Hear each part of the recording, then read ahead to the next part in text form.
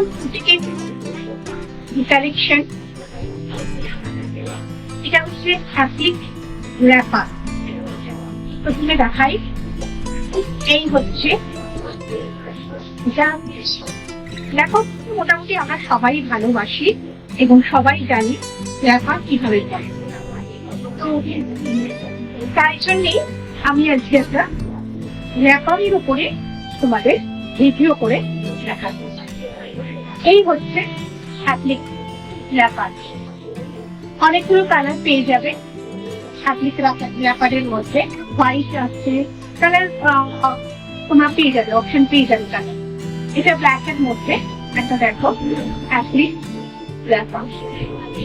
এই যাচ্ছে পুরোটা ফ্যাব্রিক করা।